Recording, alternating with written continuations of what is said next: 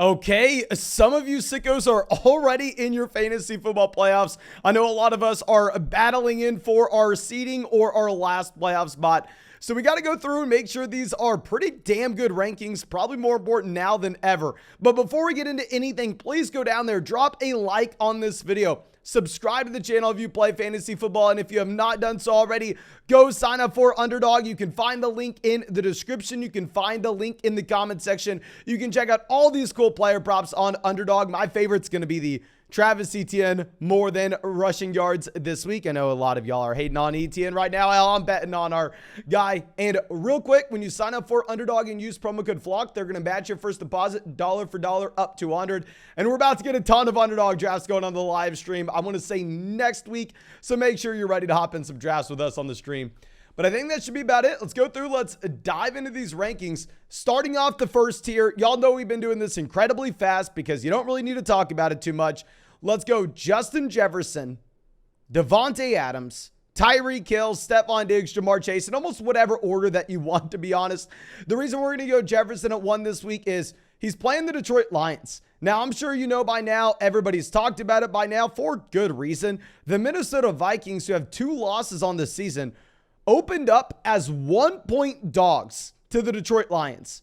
The Detroit Lions were favored in the game, and everybody ran to Twitter right away and saying, oh my gosh, Vegas is dumb. How are the Lions favored? Well, now the line's sitting at 2.5 points, favoring the Detroit Lions. Just goes to show that Las Vegas sportsbooks know more than everybody in the world, and I think we can safely say that Vegas is telling us this is going to be the highest scoring game of the week. The Detroit Lions don't have a great defense, even if they were good this past week.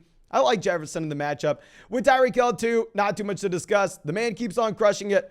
Praying to God we get Jalen Waddle in this week. I mean, for all my teams that are fighting it out for that last playoff spot, with Waddle being my most drafted wide receiver, we need Waddle back. We'll talk about him later on.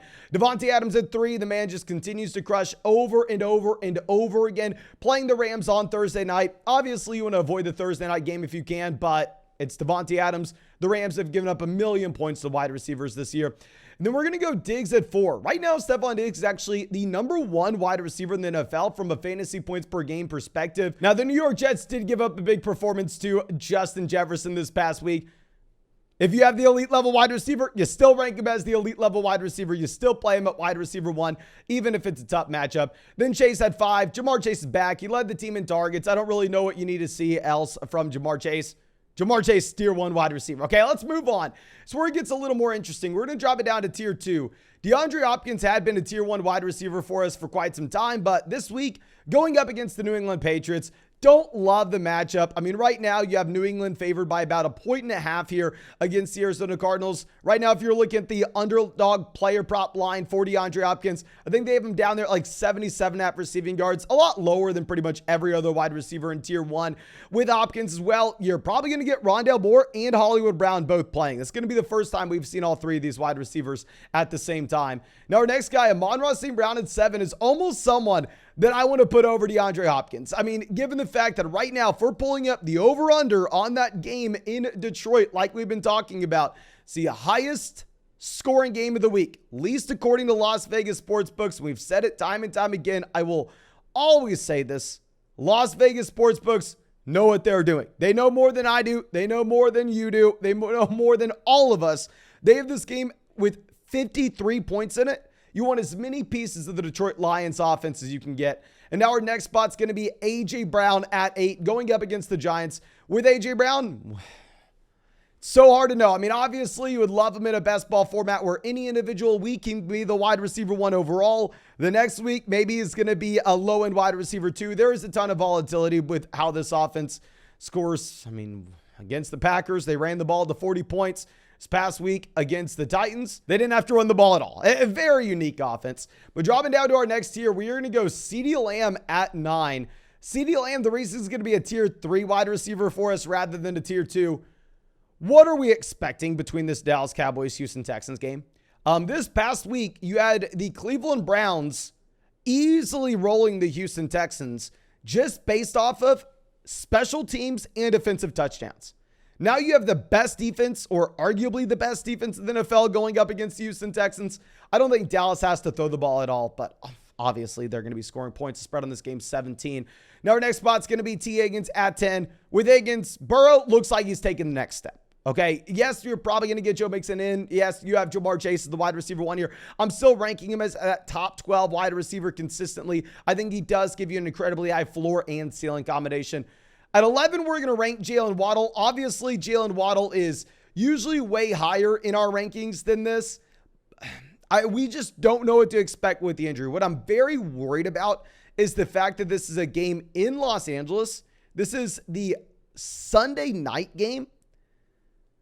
So what I'm very worried about is maybe Jalen Waddle ends up being a game time decision where we're having to submit starting lineups on Sunday morning and I have no idea if he's going to be good to go or not.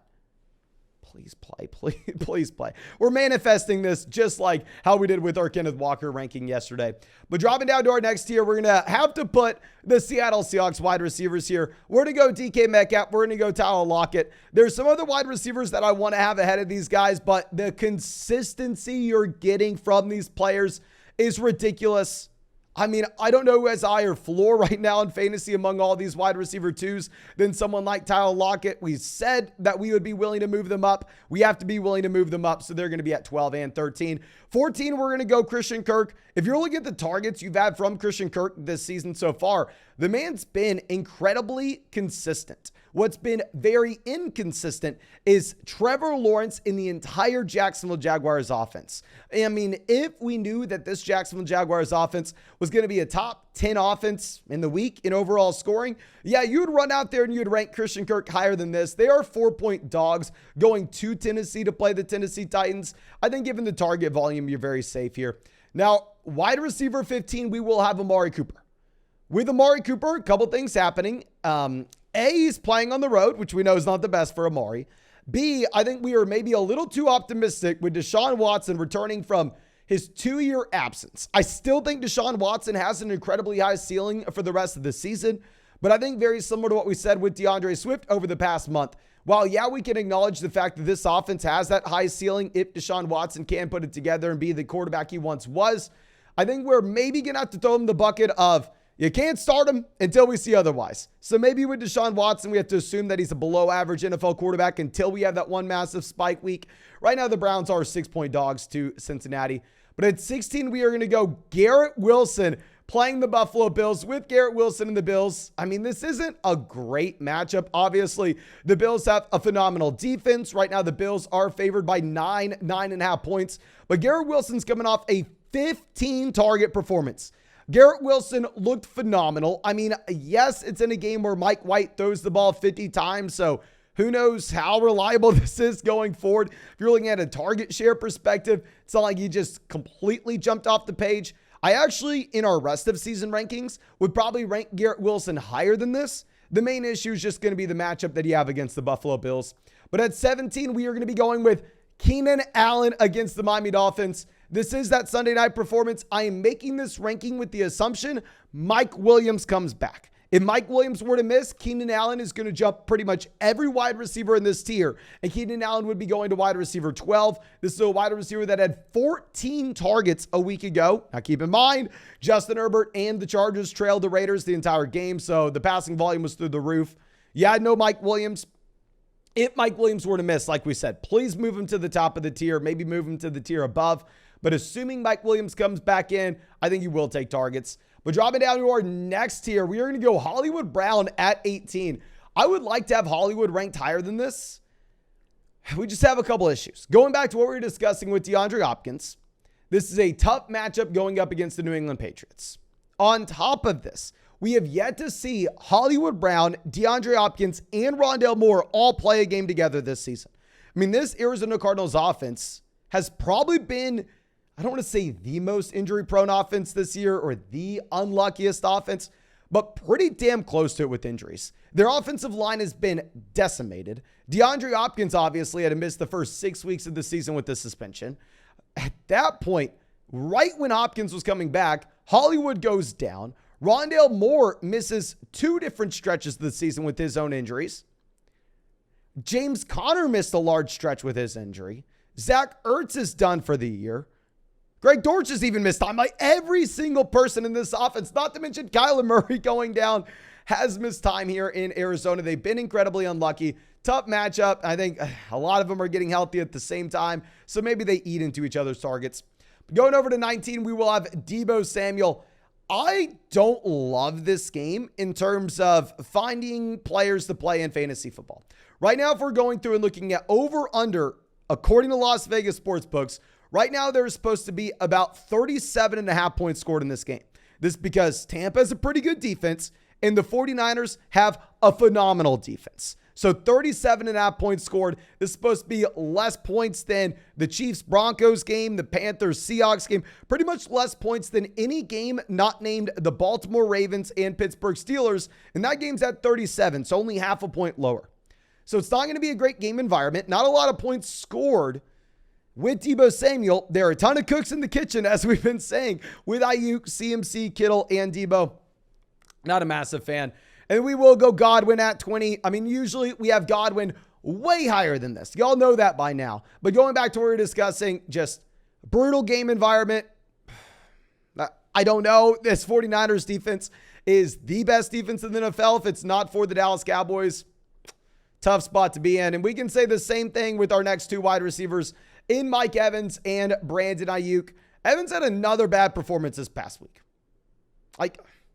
The passing volumes here in Tampa, Julio Jones is starting to get more involved. It's just such a brutal matchup, such a bad game environment for all these guys, which is why we are going to be pushing them down so much.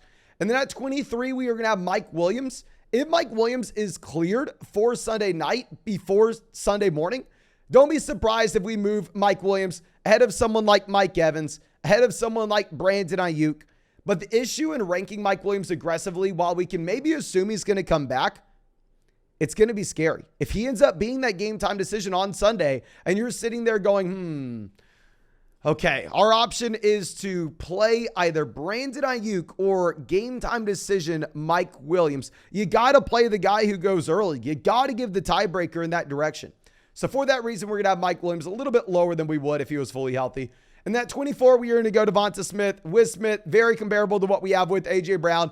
Very volatile option. I mean, very difficult to know exactly what we are going to have with the Philadelphia Eagles any given week. We know they're going to score a lot of points, but is that going to be through A.J. Brown? Is that going to be through running the ball? Is that going to be through Devonta Smith?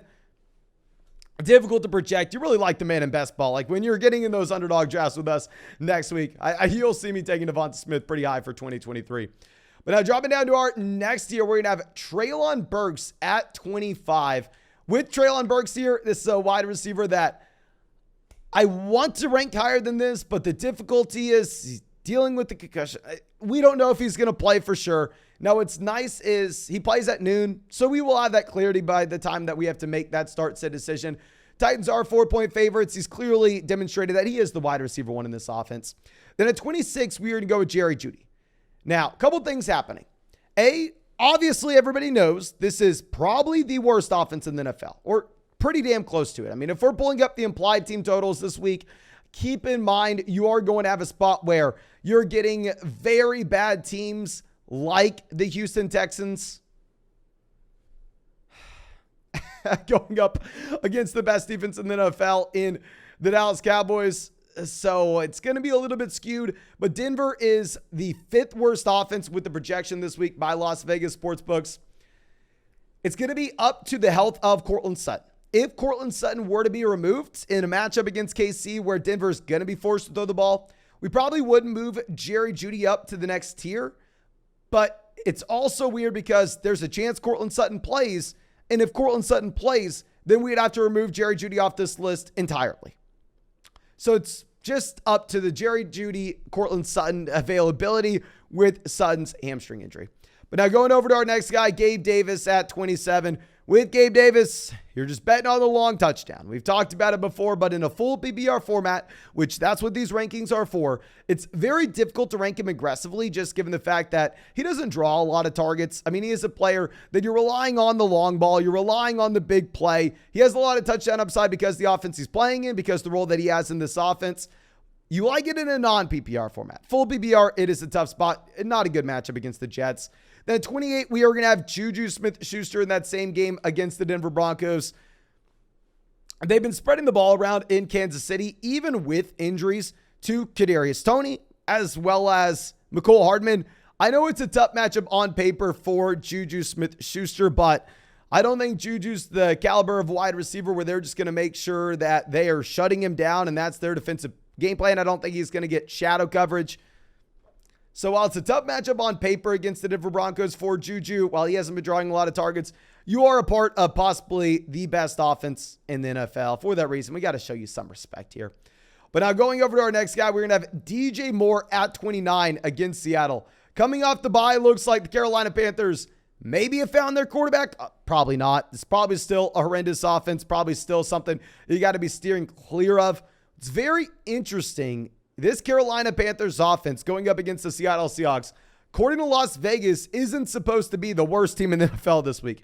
I mean, they have them ahead of Pittsburgh, the Giants, Jacksonville, the Rams, Denver, the Jets, Baltimore, Tampa, and Houston with the amount of points that they're supposed to score. It is interesting.